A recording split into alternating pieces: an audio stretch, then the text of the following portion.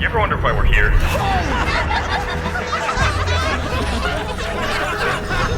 It's one of life's great mysteries, isn't it? June 8th, 1983. Revolution Airways Flight 8, a Lockheed L-188C with 15 people on board, is en route from Cold Bay, Alaska to Seattle, Washington. The 10 passengers are mostly hunters and anglers, and they're joined by 5 crew members. Shortly after takeoff, the pilots notice an odd vibration. The flight engineer leaves the cockpit to visually check the engines and sees nothing out of the ordinary. A short time later, a flight attendant enters the cockpit to discuss the vibration as it has increased in intensity. When she leaves the cockpit and returns to the cabin, she looks out the window, and to her horror, she sees the propeller from engine number 4 detach, go forward from the engine, then veer to the left and strike the fuselage, damaging the flight controls. The impact tears a hole 8 feet wide into the bottom of the cabin, causing explosive decompression. The rapid change in air pressure and temperature creates a heavy fog, obscuring vision and starving the cabin of oxygen. What could have caused this terrifying mechanical failure? Did the crew manage an emergency landing under these conditions? Find out on this episode of Black Box Down. Hello everyone, welcome to Black Box Down. It's Gus and Chris. Hello Chris. Hi Gus. Here with another episode. I like this one because if for no other reason, I like the name Cold Bay, Alaska. It's like, you know what you're getting with that town. That is a good name. Yeah. It sounds like a horror movie. Like you look out the window and then the propeller comes off. I picture it something like you would see in a movie or like one of Final Destination or something. And you're like, oh, that would never happen. But it did. It's like, what's that weird noise? And then you look out and just the flight. Well, we'll get into it in a bit, but the flight attendant, when she saw it happen, she was afraid the propeller was going to come and hit her and kill her because it detached and then came in the direction she was standing. Oh, that's terrifying. Right. Yeah. It went under her and created the hole at the bottom of the fuselage of the plane. So yeah, luckily gravity pulled it down a little bit, so it did not come straight, to the left and hit her. Wow. It's a really interesting this has been one of those episodes I've wanted to do for a long time because it sounds really dramatic. I'm going to be honest with you. There's not a lot to it, but it's just like the idea of a propeller coming off and, hitting the fuselage is, like you said, it's so dramatic. It seems like something out of a movie. Plus you got Cold Bay, Alaska going on. Yeah. That great name. I think I'd buy salmon from there. I bet you can. You know what? I'm going to look right now, Chris. It just seems like Cold Bay, Alaska salmon. The coldest waters with the best salmon. It looks like they do have salmon fishing there. It looks like they've got, the legendary fishing in Cold Bay and the local streams and river is some of the last untouched world-class salmon. I'm looking at an outfitter place where you can go up there and go fishing and like charter a boat and stuff. It's expensive. Let's go, Gus. Let's go. Let's get some salmon from Cold Bay. You fly us. Before we get salmon from Cold Bay, I do want to remind everyone to give us a follow on social media at Black Box Down Pod, Facebook, Instagram, and Twitter. Believe it or not, even though this I don't want to give a spoiler. You're going to want to check out the social media. I'm going to tell you what's going to be in there later. I assume it's booking information for our salmon fishing tour. Use code Cold Bay. Anyway, let's get back on track here. It's founded in 1946, based out of Anchorage, Alaska. Service nonstop flights between Cold Bay, obviously in Alaska, and Seattle-Tacoma Airport in Washington State, flying the Lockheed L-188 Electra. This is an older plane. I'm going to get that out of the way right now. Like if you're trying to picture it, picture like a photo taken in black and white of a 4-engine propeller plane, like something you would expect to see in the 50s or the 60s, kind of like at the dawn of the jet age. It was a 1983. How old of a plane was it then? So the plane itself was delivered initially in 1959.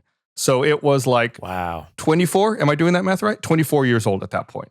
Yeah. So at this point, it'd be real old. Yeah, it was an old plane. And I just say that because I know I like to try to give people an idea of what kind of plane we're dealing with. And this is not one. Most likely, none of our listeners have ever flown on a plane like this. It's pretty old. And the Electra was the backbone of Revolution Airways from the late 60s until the Boeing 727 jet joined the fleet, years later. So this was a plane that they flew quite a bit. The airline was founded by Bob Reeve after a strike by sailors on steamships operating between Seattle and Anchorage. So there was a strike going on with the ships. And so Bob Reeve was like, you know what? I'm going to start an airline. Let's use planes instead. The Revolution Airways ceased operations at the end of 2000 after facing increased competition and high fuel prices, with only one Lockheed Electra and one Boeing 727 in service at that time.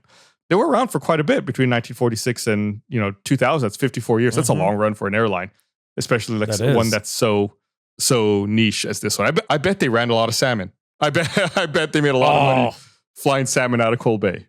Yum. And we will too, Gus. We will too, Chris. We'll do it one day, I swear.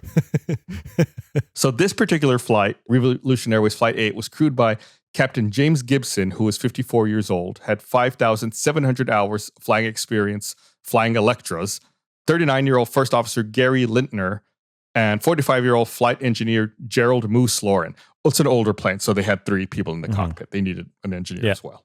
And like I mentioned at the very beginning, the engineer leaves the cockpit to go take a look at the engines. Anyway, this plane, this specific Electra, was tail number 1968 Romeo. It had flown approximately 33,000 hours in service at the time of this accident. It had a lot of hours on it. And it was sold to Revolution after initially being sold to Qantas in 1959 and served other airlines, including Air New Zealand and the California Air Motive Corporation. So it started in Australia and made its way across the Pacific Ocean, stopped in New Zealand, stopped in California, and then made its way up to Alaska. Wow. The flight left Cold Bay at 1:42 p.m. local time with clear skies and a noticeable lack of turbulence. Normally that area, that part of Alaska, can be pretty turbulent because of the Aleutian Mountains and Pacific winds. This day and this takeoff stood out in people's minds because it was a very calm day, no turbulence. During cruise climb, the aircrew noted unusual vibration and they were unable to determine the cause. So while climbing from flight level 190 to flight level 250, so for between 19,000 and 25,000 feet, the flight engineer left the cockpit to go visually check the aft engines, but couldn't really see anything. Nothing seemed unusual to him. So when he visually checks them, how do they do that? Is there like a hatch that they look through, or is he looking out the window, or what? He's looking out the passenger windows. Okay, so it's not like there's like a special hatch that he can like check them on. It's just okay. I'm going off the top of my head here. If I remember right, I believe the way this plane was laid out is it had some area in the cabin set aside for cargo and some set aside for passengers. And I believe he went out to like the cargo type area and was looking through there. And it's not like it's walled off or anything. It's just got like cargo netting over it to like hold it in place separate from the passengers. So he was like in that area, kind of looking out the window. It sounds like a very kind of a plane that's used for like multi-purpose kind of get things done plane. Yeah. It makes me think of the beginning of Indiana Jones and the Temple of Doom when Indiana Jones is in the plane with the chicken and stuff. Yeah. They're just like the passengers who happen to be in a cargo plane. It's not to that extreme, but it makes me think of that. Yeah, because there won't be chickens. There's going to be salmon. Correct. The chicken of the sea. No, wait, that's tuna. Yeah. So after the flight engineer returned to the cockpit, senior flight attendant Wendy Kroon entered the cockpit to inform the captain that the vibration intensity was increasing. And as she left the cockpit, she looked out the window just as the number 4 propeller separated from the engine and struck the aircraft, tearing an 8-foot gash in the belly of the fuselage all the way into the cabin. Oh my God. She said that she could see straight through and she could see the ocean beneath her feet, that it had torn. That is terrifying. Yeah, a hole straight through the cabin. She was scared to be standing there or to step over it because there was nothing between her and the ocean right there. So it was a very long hole. It was about 8 feet long, but it wasn't a very wide hole. But still, any hole where you can see the ocean from a plane you don't want to see that. That's no good. How wide was it? I mean, I guess at the widest. I don't think it ever said here. I think at its widest, it was just like a couple of inches. That's better than what was in my head. Yeah, I want to say it was like 3 to 4 inches or so. I don't know if the reports gave the specific amount. This is also an older incident, so the reports are a little different, but I believe it wasn't terribly big. Like it was small enough to where she could step over. She talks about how she could have stepped over, but she was scared too, so she like went around and crawled over the seats to avoid stepping over the hole. So you could step over it, but you wouldn't want to. Yeah, but also I feel like you wouldn't want to step on it because you wouldn't want to put unnecessary weight or pressure around the hole. Also, Right. You don't know how weak it is. the breach, since it pierced the cabin and depressurized it, the temperature changed rapidly, and this caused like a heavy fog to rapidly form inside the plane. Ooh. So it made everything foggy, like people couldn't see. And it also, starved the cabin of oxygen. So all the oxygen, got depressurized. Like all the oxygen went out from the plane and a cloud formed inside the plane in place of oxygen. So they had to use, their emergency oxygen masks. And the pilots had to fight to even see the instruments because the fog was so dense in the plane. So they had to kind of like try to get the fog to, dissipate before they could really take stock of what was going on and what the situation was. When the fog cleared, Captain Gibson noticed the aircraft was veering to the right out towards the Bering Sea. He tried to level the wings and pull the plane back on course, but he described the controls as being stuck in concrete. Like he tried to, bank to the left, but he said they were just not moving. The controls were absolutely stuck. And how much of that was because of the propeller not being there, and how much of it was because of the hole in the plane? At this point, the crew doesn't know what's causing it. All they know, is that all of a sudden the plane depressurized, there was fog, and now they're in a right bank. They do very quickly figure out that something's wrong with the number 4 engine and, the propeller's gone, but they just can't turn it. Like the controls are just stuck, like not moving. And what's worse is this lack of control prevented them from descending to a lower altitude with more oxygen. Remember, they're still pretty high. They need, supplemental oxygen at that altitude. Yeah. So they were unable to manually maneuver the aircraft. So the captain engaged the autopilot. And this kind of plane, this Lockheed Electra has 2 sets of control cables. And the manual control cables had become jammed, but the autopilot control cable still seemed to be working. Oh. And we've talked about like control cables in the past. Sometimes planes can have, big planes we think about, they have hydraulics to help move all of the different, control surfaces. Sometimes instead they'll have cables, like steel cables and pulleys. In this case, this plane had 2 different sets of cables, one which was activated by the control column that the pilots moved, and another set that was used by the autopilot. So they couldn't move theirs. It was just stuck like concrete, but the autopilot's cables were still working apparently. That's lucky. And I guess, again, going back to the always having a backup, the fact that there are 2 separate systems. Yeah, it really paid off here. Yeah. Yeah, there's a lot of redundancy in planes. Even back then, this is an old plane. They had redundancy even, back when this was delivered in 1959. I didn't even realize there was autopilot in 1959. Yeah, I mean, it's not like what you think about nowadays. Like nowadays, a modern autopilot could, conceivably take you all the way to the runway and pretty much land the plane. This autopilot they're dealing with is a lot more rudimentary. It's more like hold a heading, hold an altitude. Maybe that's about it, nothing too fancy. So the autopilot managed to keep the aircraft on a steady descending path, but they still needed to decrease speed, and turning was near impossible. The throttle controls were unresponsive, and we've talked about this before, there's only a limited supply of emergency oxygen. The oxygen generators aren't intended for prolonged use. They might last, nowadays they last, I don't know, 20 minutes or so, maybe 15, 20 minutes.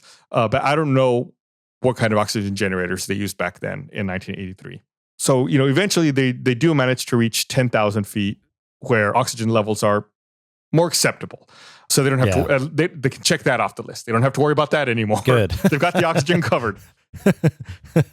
So the first officer, Lintner, grabbed his controls and tried to help the captain overcome the jammed controls to try to allow the aircraft to turn back to Cold Bay.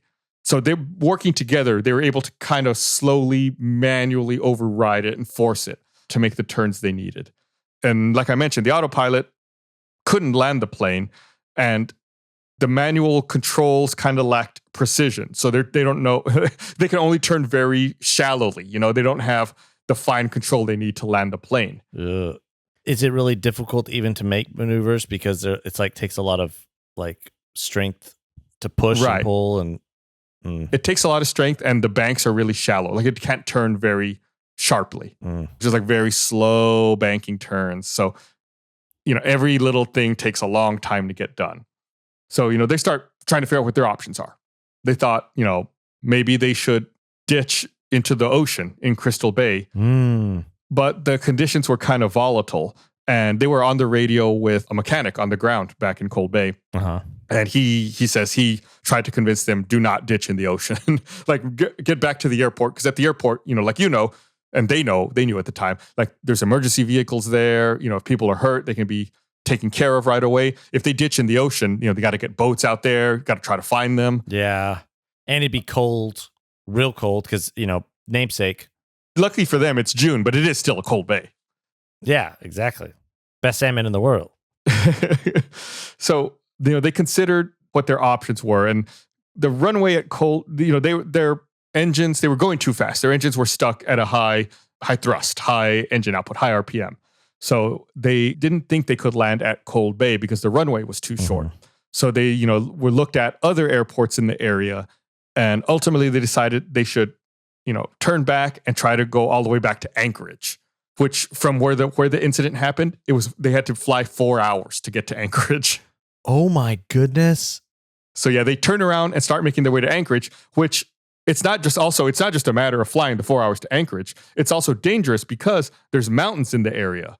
So they need to make sure oh my God. Right, they can barely maneuver. They need to make sure they have enough maneuverability to clear the mountains and get it all the way to Anchorage, where there's a long enough runway for them to land at this high speed that they're going at.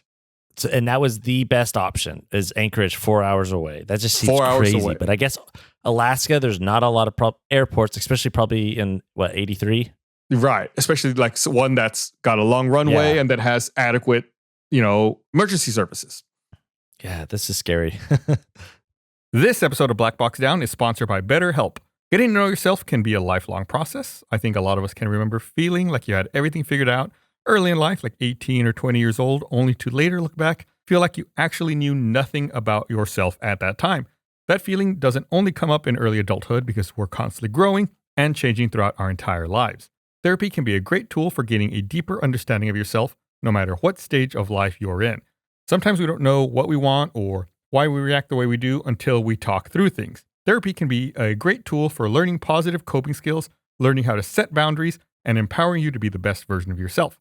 If you're thinking of giving therapy a try, BetterHelp is a great option that's convenient, flexible, and entirely online. Plus, you can choose sessions that are suited to your schedule so you can fit it in whenever it works best for you. BetterHelp connects you with a licensed therapist who can take you on that journey of self-discovery from wherever you are. All you have to do is fill out a brief questionnaire to get matched with a licensed therapist. You can switch therapists at any time for no additional charge. Discover your potential with BetterHelp. Visit betterhelp.com/blackboxdown today. Get 10% off your first month. That's BetterHelp, HELP.com/blackboxdown. This episode is brought to you by HelloFresh. With HelloFresh, you get farm fresh, pre-portioned ingredients and seasonal recipes delivered right to your doorstep. Skip the trips to the grocery store. Count on HelloFresh to make home cooking easy, fun, and affordable. That's why it's America's #1 meal kit. HelloFresh takes the hassle out of mealtime this spring by delivering pre-portioned ingredients and easy-to-prepare recipes right to your door. Skip the checkout lines, get outside in the warmer weather because HelloFresh has dinner covered. April's Earth Month, and HelloFresh is always committed to a cleaner planet. On average, HelloFresh meals have a 31% lower carbon footprint than the same meals made from supermarket ingredients. Plus, nearly all HelloFresh's packaging materials are curbside recyclable in most areas of the United States. I love HelloFresh. I've probably said it a million times, but I think the food's fantastic. I think that it's really easy to make. And whenever I'm done putting all this stuff together, making it, not only do I feel a sense of accomplishment, I also feel very satiated because I've just eaten a delicious meal. It's win-win. At the end of the day, at work, I like going home and just laying out all the ingredients, looking at the instructions and putting it all together and making it. It makes me feel like a real chef. But I'm not. I just pretend to be one. So go to HelloFresh.com/BlackBoxDown50. Use code BlackBoxDown50 for 50% off. Plus your first box ships for free. Again, that's HelloFresh.com/BlackBoxDown50. Code BlackBoxDown50 for 50% off. Plus your first box ships free. HelloFresh, it's America's #1 meal kit. The engines, like I said, were stuck on full throttle. Revolution Airways Flight 8 approached Anchorage International, and Reeve engineer John Minton was brought in to relay options to restore control to the aircraft. This is the person that's on the ground that I told you they were talking to. It was John Minton, who was like, do not ditch it in the ocean, take it to Anchorage. So, they have 4 hours to get to Anchorage, so they start trying to figure out, what can we do with this plane? They disengage the autopilot. That's what John Minton wanted them to do, to disengage the autopilot to see what the plane was capable of. And they disengage the autopilot. In my head, I know this is not really real. The John Minton of this is the John Cusack of Con Air. Con Air. That's a movie we've done a supplementary episode on. But maybe it's also because they're both Johns. But in my head, maybe. it's the John Cusack of this story, of this movie that we're making with financing from our Alaskan fishing cruises, travels.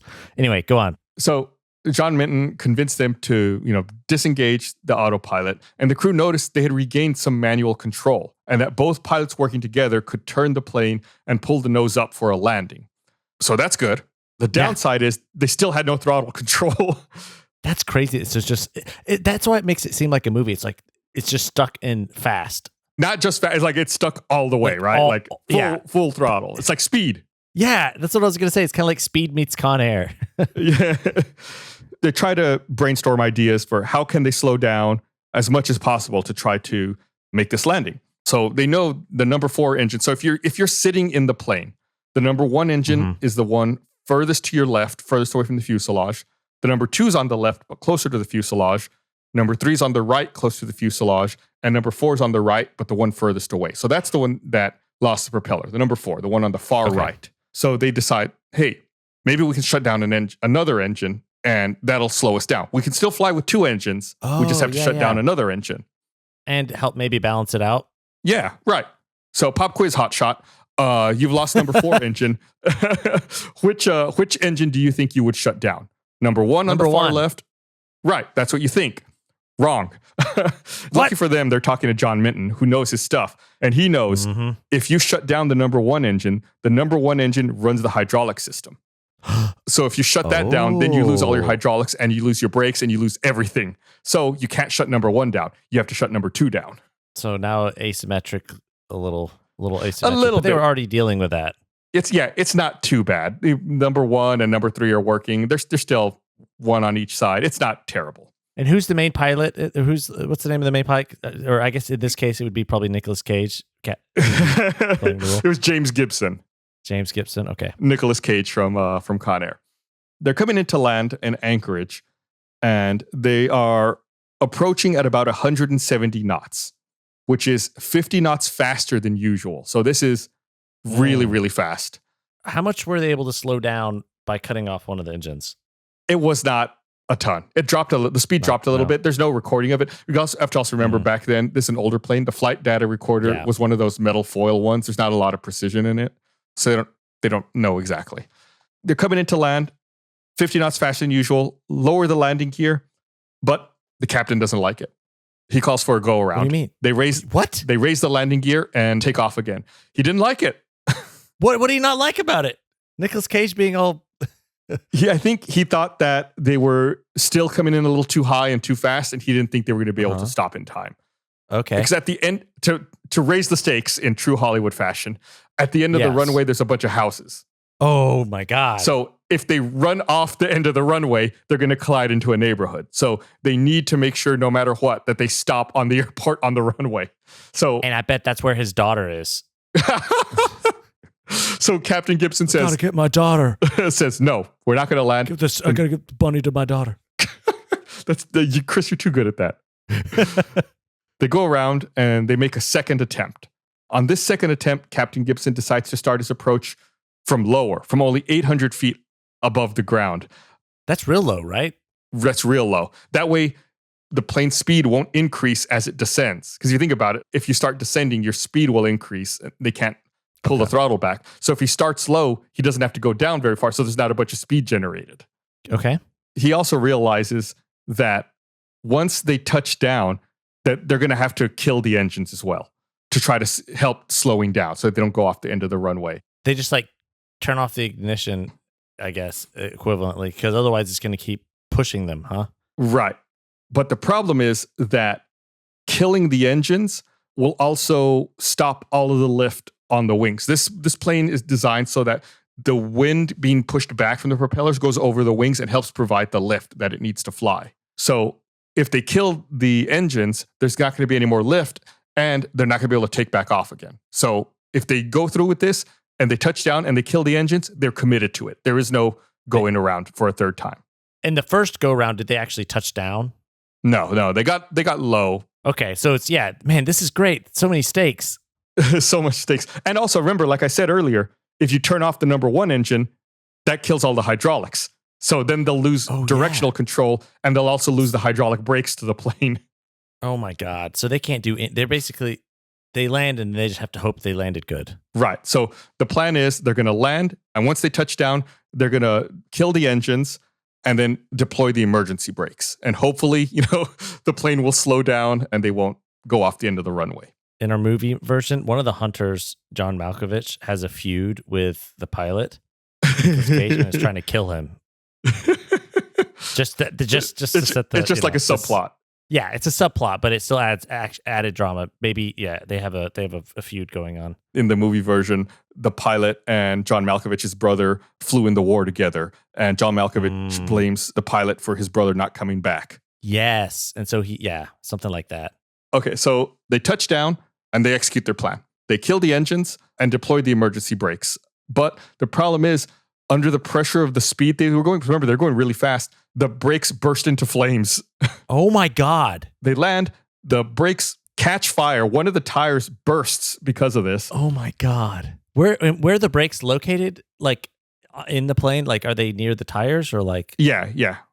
Okay. So the fire is located down by the tires. And the plane ends up veering off the runway into a ditch before coming to a stop at the end of the runway. The fire response team then covered the plane in foam, and miraculously, all 15 occupants of the aircraft exited the plane unharmed. That's crazy. Yeah, absolutely crazy.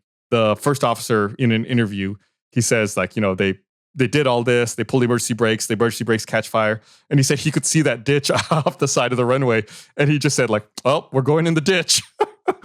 And just kind of matter of fact. Turn or anything. Right. Yeah. There's very matter of factly. This really doesn't have anything to do with the incident, but I thought that this was really cool and speaks to the poise that the captain has. The plane's landed, everyone's fine. The plane rolled off into the ditch. The captain addressed the first officer and the flight engineer before they got off the plane and gave him one last order for the flight. And he said that before they left the plane, they all needed to put on their coats, their ties, and their hats when leaving the plane. Wow. It's such a movie moment. Yeah, just imagine the three of them walking away with their sunglasses on, looking cool with the plane in the ditch behind them. Still on fire. Maybe. In the movie version, they're putting it out as they walk away. Yeah, that's such a cool moment to be we're gonna put our stuff on and walk out of here. Wow. Now for the investigation side of things. That was all the incident. So there are problems with this investigation. There was the NTSB investigator was Ron Schleid. He could not determine a probable cause in this accident. Can you guess why? Because the propeller was never recovered. Right, it's in the ocean. The propeller and the gearbox both are lost at sea. There's no way to find, they're out over, think about how remote that part of the world is and how remote that sea is. There's no way they were going to find it. So they couldn't find the propeller, couldn't find the gearbox. Those are lost. So regardless, the NTSB comes up with two probable causes. It could have been a petite crack in the structure, or a gearbox catastrophic failure could have caused the separation of the propeller. And these are both kind of, we've talked about incidents similar to this. I don't think we ever talked about a gearbox catastrophic failure, but we've talked about propellers coming off and this type of accident in the past. So that's kind of the thought process they're giving this. And the Lockheed Electra had a history of vibrations. And since 1965, there had been 4 cases of propeller loss on Lockheed Electras. It was one of those things where they're like, yeah, it's probably this. I think that it wasn't super pressing because even by this time, it was already an old plane. Not many people were flying it. I think it was just kind of a situation where that plane's not going to be used much more. And that specific plane, was it out of commission or did they? That's a good question, Chris.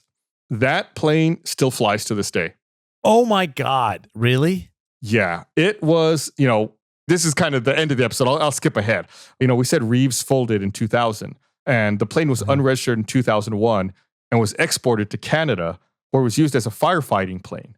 And it continued in this role as of August 2020, operating as Airspray 484, dropping fire retardant on wildfires in Northern California. It returned to its base in Alberta, Canada on August 28th, 2020. It has a new tail number. And it's still airworthy and was in service as recently as June 2022. So it's a firefighting plane now. Which is ironic because it caught fire. Yeah, it's true.